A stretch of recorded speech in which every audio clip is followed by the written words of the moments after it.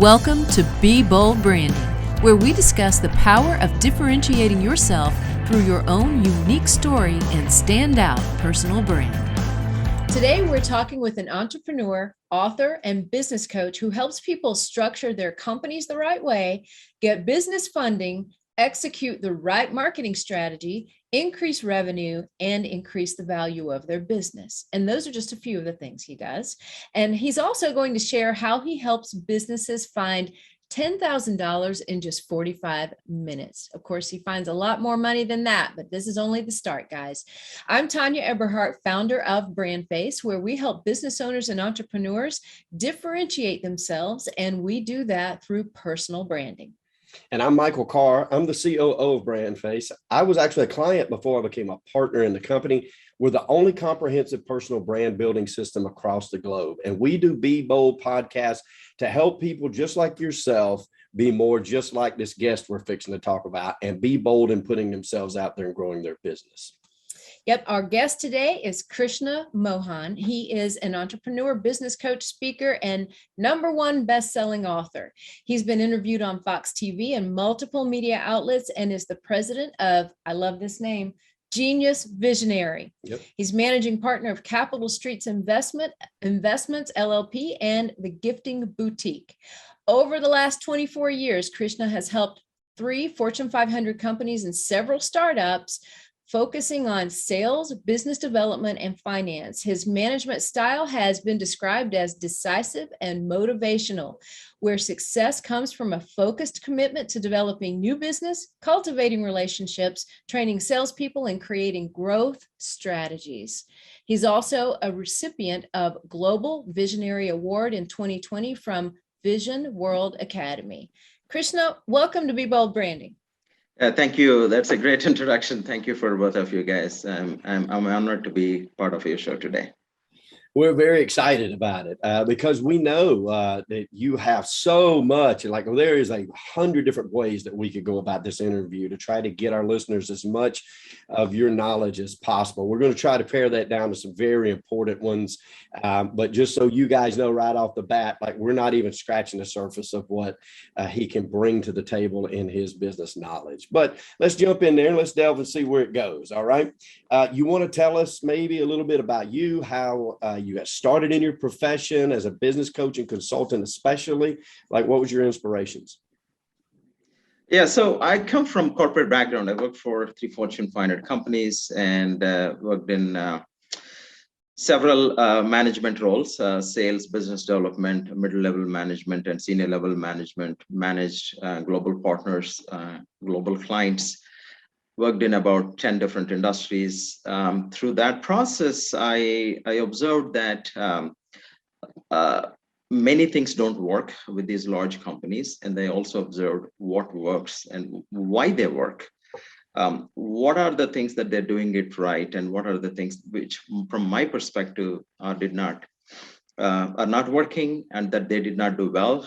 I have an opinion. I learned the hard way. Some of them, they took it. Some of them, they did not take it because of the bureaucracy and things like that. And then I transitioned from there to, smaller companies, startups, growth companies, technology companies. And then I realized different problems. And then I also realized their failure rate is extremely high.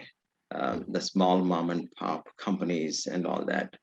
So then at some point I realized that, I have to increase my knowledge in terms of finance, accounting, marketing, operations, people management, all the blind spots that a typical frontline manager would not see.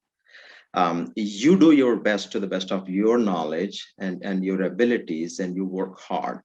But we miss in life because of the blind spots that they're out there, but we can't see, including taxes. And then I spend enough time on educating myself. And then at some point I realized that why not I start a company, identifying these critical problems, and then finding some, solutions around those problems. And those solutions are nothing but our offerings.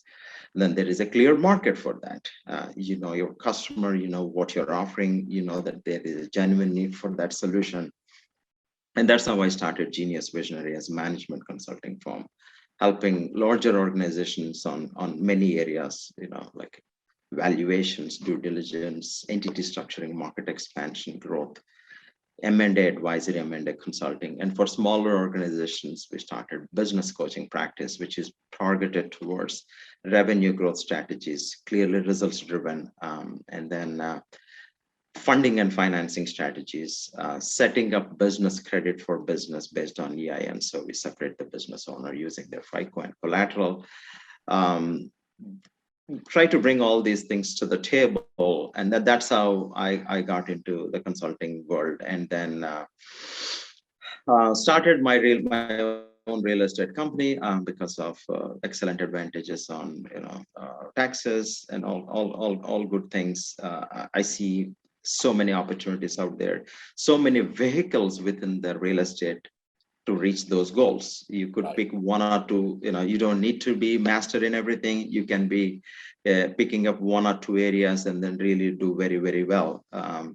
So I'm a land investor. We used to do a lot of things on owner financing. We did the multifamily, within the real estate stuff. I'm still into real estate. And then I have my other retail brand just because I'm passionate about dealing with customers, interacting with them, understanding them. Again, you may solve a problem by giving them what they want, the right product. A lot of fulfillment in dealing with customers. So, and then also it's a hedging strategy. Let's say you're heading to inflation, you need to have an alternative way to hedge yourself. There's a currency risk, there's an inflation risk, there's all kinds of problems. But if you're stuck yourself with one set of business model, then what if the economy is against that model? So then if you have an alternative, then if you have other hedging ways, then you are protected. If one thing is not doing, something else is doing well. Something else is not doing, something else doing well. Yeah. Hope that makes sense. That's just a brief overview about my background. That's great. Well, I love every bit of it, and I agree with so much of what you're talking about, especially even that last part. About different revenue streams or and ways to hedge, because at some point, especially in real estate, some things don't do great, but other things are working right. It's not but if you focus just on one thing, a lot of times, then you can miss that boat. Yeah. Sometimes, as we know, all of us as investors, right? You can be equity rich and cash poor. Right. We see this all the time. Then you may have tremendous amount of cash flow, but you're not building any assets. So once you have that idea, then you'll be strategic about planning yourself, and then about building both. But positioning yourself for the long-term success. It's a long-term game, right? So one need to be aware of that. Yep. Mm-hmm. Very good. You just painted a beautiful picture of a visionary, right? Because I can picture you standing back and being able to see all of the angles, the whole 360 ecosystem and vision of things, and seeing where the pitfalls are, where the loopholes are, all of those kind of things. And we think alike in that regard, because when we look at personal brands, a lot of people might think, well, you've got a photo, a logo, and a tagline. That's good. You've got a personal brand, right? That's not it at all. We actually look at 77 different criteria when we consider a personal brand, including what could go wrong. Yeah. So I love your concept. I love the whole visionary, and Genius Visionary describes it so well. Oh, it really does. Yeah. So kudos to you and your personal brand, and describing yourself and having that company name that actually describes who you are, first of all. Thank you. Now you have 3 books that you have out. One is a #1 bestseller on Amazon, happens to hit the heart of a lot of our customers in the real estate world. It's called Elite Real Estate Professionals, the Leaders in the Real Estate Industry. Tell us about what prompted you to write that book. Yeah, so like every other investor in real estate, I dabbled around everything. You want to be, a real estate rehabber, then you want to do wholesaling, then you want to, get into, lease options, then you want to get into, land, then you want to get into commercial real estate. Everything, everything is great. Everything works. Everything has its own advantages. But to be successful in real estate, what my belief is that one needs to be good at one thing properly. If you are a wholesaler, you better be good at what you do. Mm-hmm. You need to have your buyers list. You need to have you need to be good at that. And there is money. Now, if you're flipping around all these things and excited about one day I'm doing this, one day I'm doing this, one day I'm doing that, you're not good at anything. You don't do anything. You don't make money. That's what my observation, that there are many people in real estate who don't make money also. What we know is that the people who make money, but we don't know there are many other individuals who are always going from conference to conference to conference to conference, material to material, books to books, and then they have a big library. Almost in all the cases, they don't read anything. I'm also part of the same thing. I'm nothing. We're all guilty. Right. So, but something frustrated me enough to stop everything and start thinking about it. What is really going on? What is it that I need to do? I need to make money, right? So then I observed that I need to be good at one thing, and then I picked up one thing, did well, and then I picked the other thing, and I'm doing well, and that's all about it. So the book is about bringing people that realization in terms of where they need to really invest their time, how they need to really focus on one thing properly and do it well.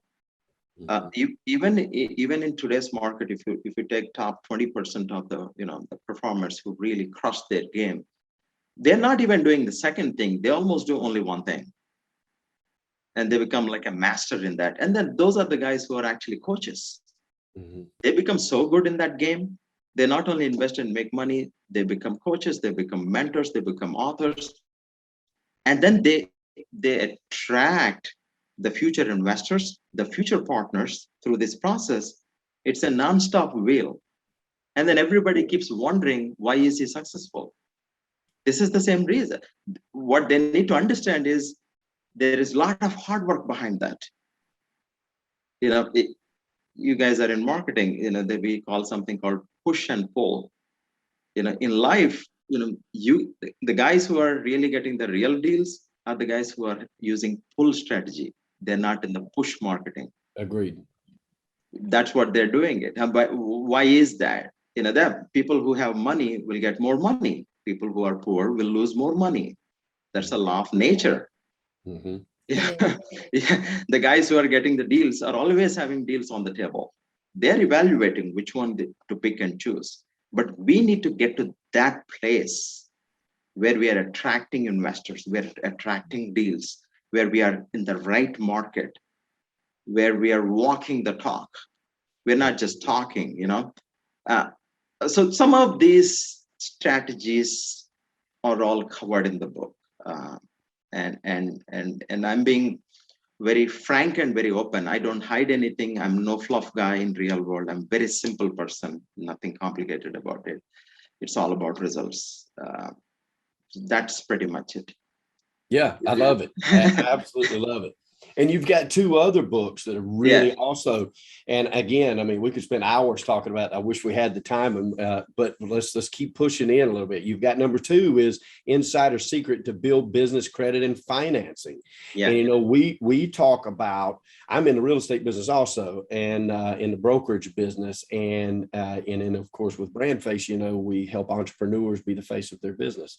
We talk about these things all the time. Like we run in, and I know you do too, you run into people who don't treat their business, even though they're a one-man shop, as a big business. Like I tell all of my agents and our clients, you want to dress for the job that you want, not the job that you have. But you've got to start looking at what your profession as a business, right? Mm-hmm. Does Insider Secret Building Business Credit Financing? So talk about that? You're exactly right. So when you're See, most people, again, from my observation, they want to do something or get into business just to make money. That's such a basic thing. Is that the only reason you get to, and that's why that's the only thing they don't get in many cases. I agree with that 100%. Yep. You don't go to school just for grades. You go to school for education. Right. That's a great parallel. So well spoken. That's so true. Right. So yes, we are all into money. That's fine. But you cannot skip the steps. You start a business, which is an entity. And then you need to figure out what's the right entity for the type of business that you're doing with. So you have to deal with professionals, take their advice, and then set that entity for your success. Yes. I'm starting this business. Yes, after 5 years, my company is going to be $25 million company. If that is true, you better set your shop right today. Don't wait for you to make money and then reset the whole shop. Agreed. Right. So that is the clarity that you need to have on the day one. Also, you need to believe in yourself that you really will make millions. You cannot just fool around, look others and think one day I will become like that. If that guy can make it, I can make it. That's true, but he is working hard. You're just fooling around. Yes. You better be sure about yourself first. And if my business goal is to make $2 million in the next 5 years, then let us be clear about that. And then set my entity right, and then build that entity like an entity. So that's what it is based on EIN. So you set your business and then let the business be having a phone number, a website, and legitimately run like a business. And then you actually focus on building business credit, because that's how your bankers, your financiers, and the entire credit world is looking at your business. If you don't do all of those things, they're only looking at you, and you're not good. And they don't like you. So that's why they're not giving money to you. Agree. Right. That's what they don't understand. That's what they don't understand. See, if I may have the best, maybe 800 plus credit, it's okay. But there is only so much they can do for me, because I'm not a business. If I'm an entity, and if my credit is, maybe 650, and I have a great PAYDEX score, and then set my business the right way, I will get 10 times more than the guy who has 800 credit score. Most people don't know this. Right. Because this is an individual, this is an entity. Entity is treated like Walmart. You may be a mom and pop shop. There's no difference between you, Staples, and Target, or any other company. Yep. So that is the process which one needs to go through to get their ideal business credit score, which is separate from individual credit score, which is more specific to your entity one. You have 4 entities, you will have 4 business credits if you do it right way. Imagine that you have $500,000 business credit on one company, and each one of the company, you have $1 million credit line available for you as an individual, including your own personal credit, which is over and above this. Now you tell me, now you give me an excuse that I don't have money to do this deal. Right. You have no excuse in this entire world. Yep. Now today you don't even have access to $200,000. Now you say I have all these deals, but I don't have money. Yep. So that requires, again, research, patience. It takes about 6 to 9 months to get to that level that I'm talking about. I cannot get PhD in 1 year. I have to go through that 25 years of education or whatever. Right. Exactly. So this is, if you really want to be that multimillionaire, at least you should have 9 months in your life to get this right. Yep. And there's never a better time to start than today. And that's, I think that's one of the things, we deal in the marketing world. People say, oh, we'll buy your program, but, let me go out and get some business first. And we tell them, no, we're the beginning of you going and getting more business. Like that's what kind of business do you want? Right. I mean, you've got to identify these things. No, we don't have marketing budget, so we cannot spend now. Once we make money, then we get to marketing. Marketing is not some random thing. Without marketing, you can't sell. Right. The very reason you're not selling, because you don't have no clue about marketing. It's that simple. Yeah. So they don't understand, right? So this is, so those are the inside secrets. Just to give an example, if you are an individual, let's say you have an unsecured credit limit of $50,000, I'm just giving an example. And if you're an entity, the same person who has an entity, if he has established business credit, then he will be eligible 10 to 100 times of your personal eligibility. The same bank will be willing to give you 50,000 times 10 or 50 times 10 times 100 as your entitlement for credit. Now you tell me how many deals you want to do. Right. That is, and people don't like, it is definitely taking the mindset, right, and changing that thought process of what really comes first. You know, putting the horse in front of the cart, literally, not just as a cliche, because it has to be that. And you know, like, I want to ask you about this. Like, okay, the third book is how I find 10,000 in any business within 45 minutes, right? Well, that's like available on your website, right? Yeah. You want to talk about that because I mean, think about this for a second. Like, you know, I'm a real estate agent. I just got my license. I'm just getting started. I just joined a brokerage. There's 200 agents in that brokerage. None of them are doing advertising. They're just hoping that a broker slings them a deal every now and then. They're talking to their friends and family.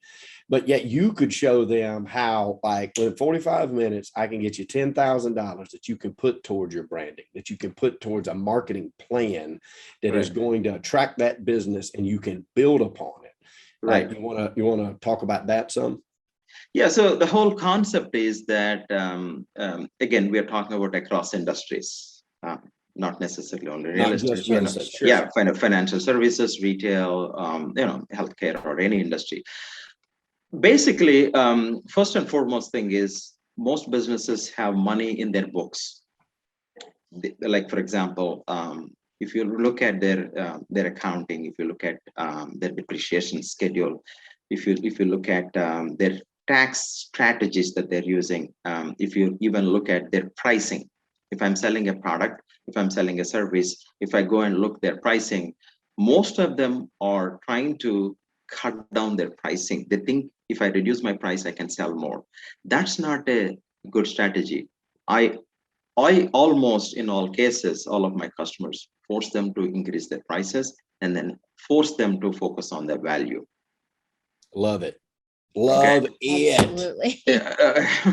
Okay. If you provide 10 times value than the price that you're charging, where is the problem with the pricing? First of all, nobody in this world is trying to go and buy anything, is only looking from the price perspective. I want the sandwich, I go for the best sandwich. I'm not looking at the price. Right. Okay. If I'm you not really need the product or the service. You look for what you want. You're not looking at pricing as the basis for anything. So that is the whole concept. So you focus more on the value. So once you increase, let's say if your monthly revenues, let's say, is $100,000, right? Given your existing product lines and product mix and the existing price levels. Imagine you increase your pricing by 10%. Guess what? Same customers, same volume, same mix. What's your revenue? That's money right there. You haven't changed much. They're not complaining. Why? Because you added value, but you never thought about it like that. Sometimes you have underpriced your product just because you are so focused on your competition, thinking that they're taking your business. Nobody's taking your business. It's only your assumption. Everybody assumes like that. Oh, he's my competition. Why are you focused on it? But there's no competition. You are the guy. You are your competition. I agree with that. You better have something right with you you cannot be creating a disastrous product looking at others. One day they will kill that. Right. Some competitor or a new competitor will come and take away that market if you are building your business that way. That's not the way you build your products. That's not the way you build your service.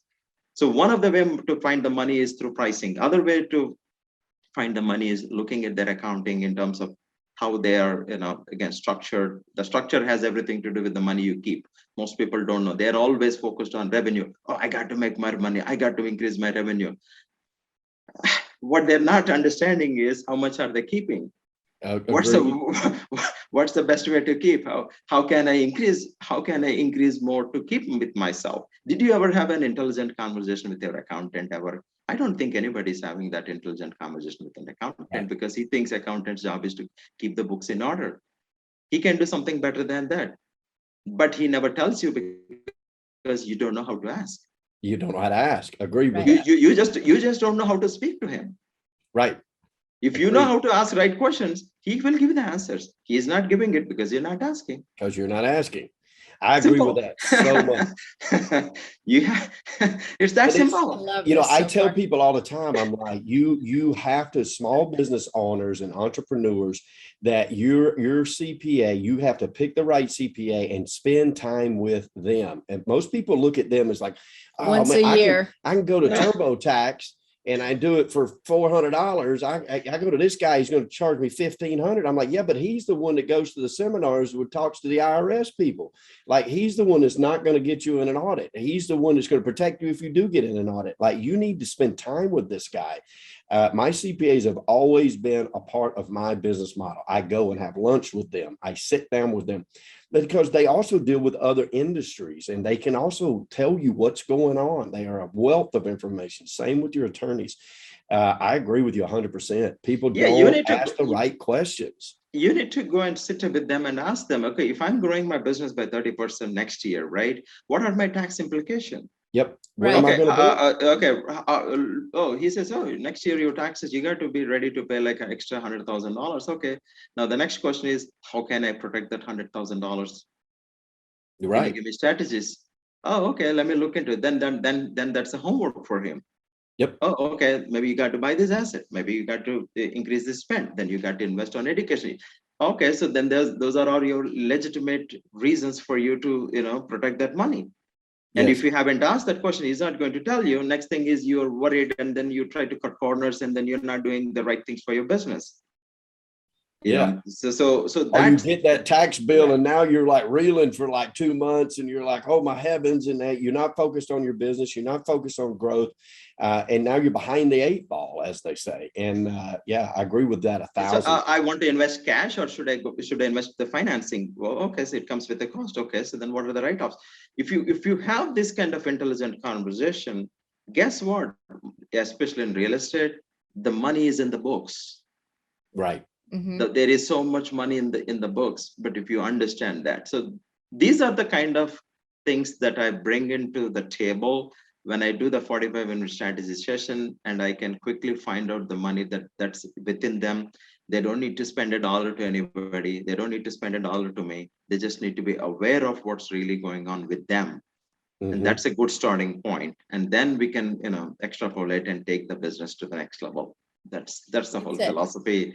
Like partnering, for example, you're dealing with multiple other businesses in your line of business. Most likely, they're like complementary services. What you could quickly do is to partner with them. They keep sending referrals, and you crush it. You have captive customers. They have captive customers. It's such a simple thing, like doctor offices. If your doctor refers you to a cardiologist, you're not asking you're not asking your physician, why are you sending me to the guy? You just blindly go to the guy because he told you. Exactly. Yeah. You're not questioning. You're not asking his pricing. You're not doing anything.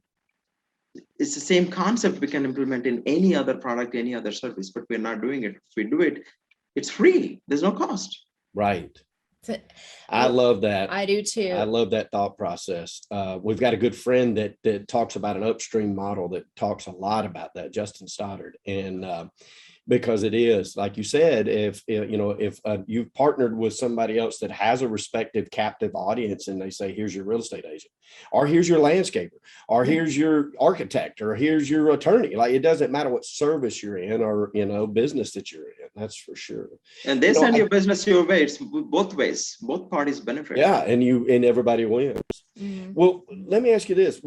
Tell our listeners, what is the best way for them to get in touch with you? Like, what is the best way? Because I know you wear a lot of great hats, but as far as like the business coaching, and what is the best way for them? I think the best way to reach me is my email, which is krishna@geniusvisionaryinc.com. Again, krishna@geniusvisionaryinc.com. Anybody want to have any kind of conversation, a strategy session, or anything that they want, I can offer them 45-minute sessions for free. Obviously, they can refer the show, and then any which way, if I can help them, I'll be glad to help them. That's fantastic. Excellent. Well, we have 5 flash questions to ask you. Okay. And this will help everybody understand, like, how you can help them even more. So, number 1, what sets you apart from other people in your industry and doing what you do? I think I have a real world experience in the work that I'm doing. I've been there, I've done that myself through many settings. And then I have the right kind of education to preach what I practice. So that's I love it. Mm-hmm. All right. So who do you serve? Yeah, my ideal customers are business owners who are $100,000 to $10 million size business owners who are trying to grow their businesses. Mm-hmm. If they need help in the funding and financing, if they need help on revenue growth, let's say I'm $5 million company, I want to grow my company to $7 million in the next 12 months, I'm their guy. Awesome. All right. And you just answered the next question, which is how do you serve them? So I'll jump to number 4. What qualifies you to serve them? I have helped hundreds of customers in different industries. I have practical case studies, testimonials, because my offerings are result oriented. Like how I do that is I take it as a 12-month engagement. Anything that I take it as an engagement with the result in mind. It's not an engagement with a time frame. It's an engagement with the end result in mind. My job is to get them to the finish line, not to complete the program. Love it. So that it's not only willingness, there is also commitment involved. It's not for everybody. Yeah, so if you want to become an Olympic champion, it requires a different commitment. This is like that. This is not for somebody who want to just learn football game. I'm not their guy. I love it. I love it. And this is the fun question, Krishna. How is it going to make their life better? And we know the answer to this, but we'd love to hear you articulate it. It gives them tremendous amount of fulfillment because they're achieving goals in their own life. They are getting results, which means that they can do other things that they want to always do in their life, which is if they have financial freedom, they want to take care of their family, near dear ones, travel, whatnot. And then also do other cool stuff that they always want to do, but they have not been able to do that because they're unable to achieve what they want to achieve. And if I can help them in any which way for them to achieve that goal, all the other things that I'm talking about can be accomplished through this process. And I think that is the most gratifying part of what I do. I love it. I love it. And I'll tell everybody one more time, and then we'll put it in the notes, podcast notes also, but what's the best way to reach you? Yeah, best way to reach me is my email, which is krishna@geniusvisionaryinc.com. That's awesome. We encourage you guys to do that. Yeah. And I love the brand. I love what you stand for. And this has been a very enlightening interview, very Krishna. Thank you so much. So if you guys have questions about your brand or want to learn more about us, head to discussyourbrand.com and we will have a discussion with you and see if we can get you where you deserve to be. All right, folks, you know why we do this. Be Bold Podcast is all about prosperity. When we say that, we're not just talking about money. That is a portion of it, but it's not all. We really wish for the 360 of an abundant life that we want for every one of y'all. We know here at BrandFace that prosperity favors the bold. So we always say be bold, folks, especially with your brand, especially in 2021. Thank you, Ms. Tanya, and thank you, Krishna. We appreciate your intellect, and we encourage our listeners to please reach out to him and learn more. Thank you so much. All right, guys, we'll see you next time on Be Bold Branding.